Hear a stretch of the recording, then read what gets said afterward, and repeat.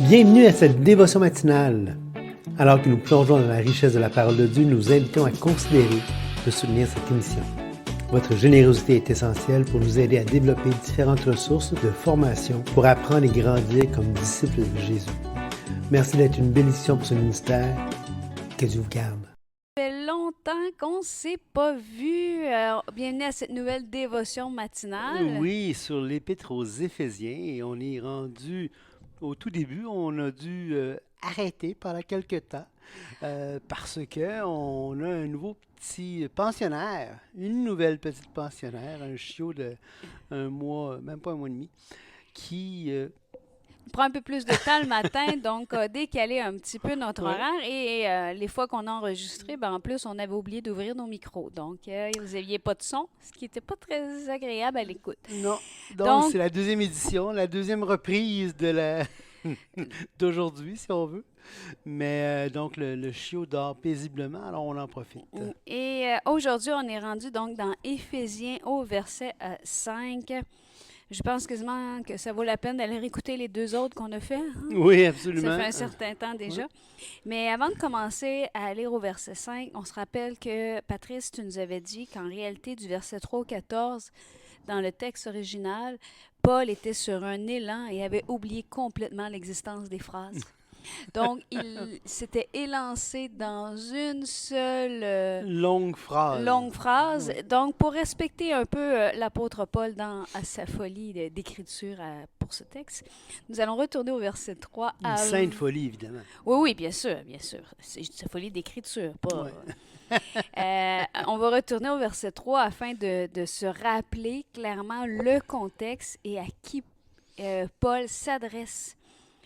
Donc, on se rappelle... D'ailleurs, excuse-moi, Paul va le dire lui-même, si je suis hors de sens, c'est pour vous. Oui, non, écoute, c'était pas hors propos, là. Non, non, tout à fait. Donc, on se rappelle que Paul ici écrit aux saints qui sont à Éphèse et aux fidèles en Jésus-Christ. Donc, première chose, il écrit à des croyants, à des gens qui ont choisi déjà de placer leur confiance en Jésus-Christ. Au verset 3, « Béni soit le Dieu et Père de notre Seigneur Jésus-Christ, qui nous a bénis de toute bénédiction spirituelle dans les lieux célestes en Christ. En lui, Dieu nous a élus avant la fondation du monde pour que nous soyons saints et irréprochables devant lui. Il nous a prédestinés dans son amour à être ses enfants d'adoption par Jésus-Christ selon le bon plaisir de sa volonté pour célébrer la gloire de sa grâce dont il nous a favorisés dans le bien-aimé. En lui, nous avons la rédemption par son sang, le pardon des péchés, selon la richesse de sa grâce, que Dieu a répandue abondamment sur nous par toute espèce de sagesse et d'intelligence. » Et là, je vais arrêter au point-virgule. Oui. On reprendra un petit peu en arrière. Donc ici, Patrice, la première chose qu'on voit dans le verset 5, c'est le mot prédestiné. Oui. Le mot prédestiné, le mot le dit, là, ça veut dire destiné d'avance, hein, une destination préalable. Alors, quand j'embarque dans un avion pour me rendre à Paris, par exemple, à Charles de Gaulle, une fois que je suis dans l'avion, la destination, elle est scellée, la destination est préalable, l'avion se rend à l'aéroport Charles de Gaulle. Donc, c'est ça le sens du terme prédestiné. Ça veut dire que j'ai déterminé une destination et je m'y rends. Alors là, ici, il faut réaliser que c'est en Jésus-Christ qu'on est prédestiné. Alors, de la même façon que dans l'avion, je me rends à Charles de Gaulle, en Jésus-Christ, je me rends où Jésus-Christ veut m'amener. C'est pas avant. Hein? C'est en lui que nous sommes prédestinés à être ses enfants d'adoption par Jésus-Christ selon le bon plaisir de sa volonté. Alors, ça, c'est intéressant parce que ça veut dire que il y a un but à notre vie chrétienne. Il y a une destination préalable à notre vie chrétienne. Et l'expression adoption, enfant d'adoption, c'est quelque chose de bien précis dans le sens grec du terme, dans le sens, en fait, paulinien du terme, dans le sens que Paul donne. C'est, et on va lire dans Romains 8, 15 puis 8, 23. Je vais... Et vous n'avez point reçu un esprit de servitude pour être encore dans la crainte, mais vous avez reçu un esprit d'adoption par lequel nous crions Abba Père. L'Esprit lui-même rend témoignage à notre esprit que nous sommes enfants de Dieu. OK, donc on a reçu l'esprit d'adoption, puis qui dit qu'on est enfant de Dieu. OK? Mais c'est un gage, parce que l'adoption comme telle, Paul la décrit, parce qu'il l'attend encore dans le contexte du chapitre 8. On le voit au verset 23. Au verset 23 qui dit, et ce n'est pas elle seulement, en parlant de la création qui soupire, mais nous aussi qui avons les prémices de l'Esprit, nous soupirons en nous-mêmes en attendant l'adoption, la rédemption de notre corps. Alors, il le dit ici quand il dit qu'on a les prémices. Attends, ça dit, car c'est en espérance que nous sommes sauvés. Exactement. Or, l'espérance qu'on voit n'est plus espérance. Ce qu'on voit, peut-on l'espérer encore? Mais si nous espérons ce que nous ne voyons pas, nous l'attendons avec persévérance. Alors, l'expression à parquet pour prémices, les prémices de l'esprit, c'est que, on le voit, et c'est un thème qui revient souvent chez Paul, on a reçu une prémisse, c'est comme si on a reçu un gage de l'esprit en vue de quelque chose de plus complet plus tard. Hein? Et donc, c'est comme si on a reçu une partie pour se faire donner l'entièreté plus tard. Je ne sais pas si c'est clair ce que je dis là. Oui, oui, tout à fait. Et en fait, là, c'est comme si ici, là, on voit que lorsqu'un croyant choisit de placer sa confiance en Jésus-Christ, il y a une transaction extraordinaire qui a lieu, c'est-à-dire qu'on est placé en Christ. Ouais. Puis quand on est placé en Christ, on est régénéré, ce qui fait de nous un enfant de Dieu.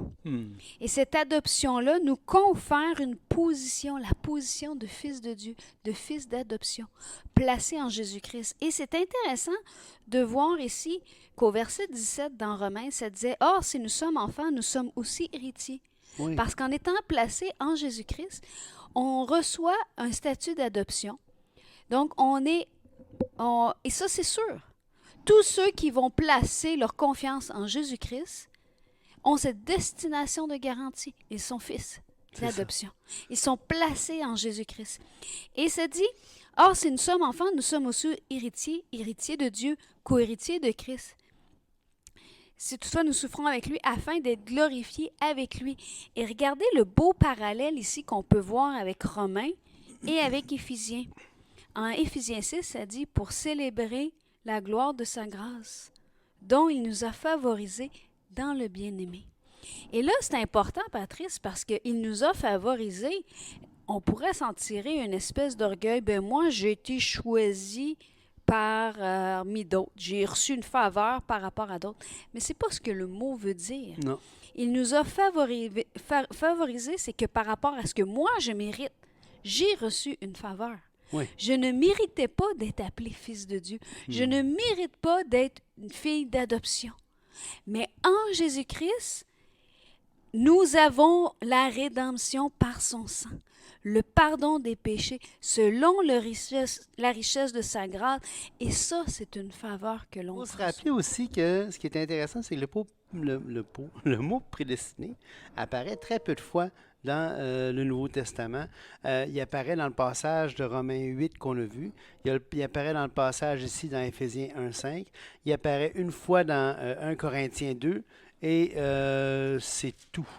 Puis dans Acte 4, 28 qui parle de Jésus-Christ. Donc, outre le fait que Christ lui-même était prédestiné, les passages qui parlent de la prédestination des gens, parce que, en fait, dans 1 Corinthiens 2,7, ce que Paul va dire, c'est... Tu l'as? Oui. Vas-y. Cependant, c'est une sagesse que nous prêchons parmi les parfaits.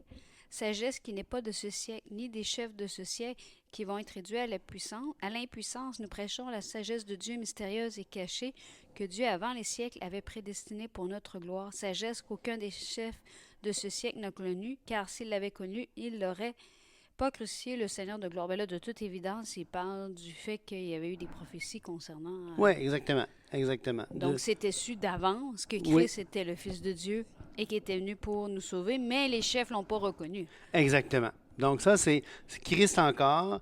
prédestiné, hein, mais nous, en tant que personne, en tant que croyants, la prédestination des individus, 4 passages. Répartis. 3 passages. Oui. Mais 2 passages. Puisque les 2 autres parlent de prédestination de Oui, Christ. mais c'est-à-dire que tu as 2 versets Romains. dans Romains, puis tu as un verset dans Éphésiens, un 5, puis un dans un 11. Fait que tu as 4 versets qui parlent de la prédestination. C'est vraiment très peu, là. Hein, pour en faire quelque chose d'aussi prédominant dans la pensée évangélique contemporaine, c'est très peu. D'ailleurs, on va en reparler au verset 11. Hein. On va revenir là-dessus pour bien clarifier ce concept-là qui est quand même important à aborder. Parce que, vous savez, ça change toute notre vision de l'importance de l'évangélisation. Ben oui. Pour nous, on croit que chaque personne, en ce moment même, si tu écoutes ce message, si en ce moment tu n'as pas placé ta confiance en Jésus-Christ pour ton salut, et que tu dis, ben moi là, j'aimerais ça être dans son amour.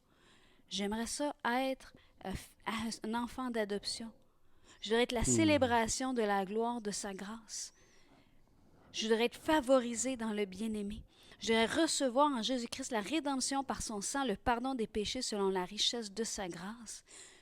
Eh bien, c'est possible. Ben oui. À partir du moment où quelqu'un dit « Oui, Seigneur, je crois ».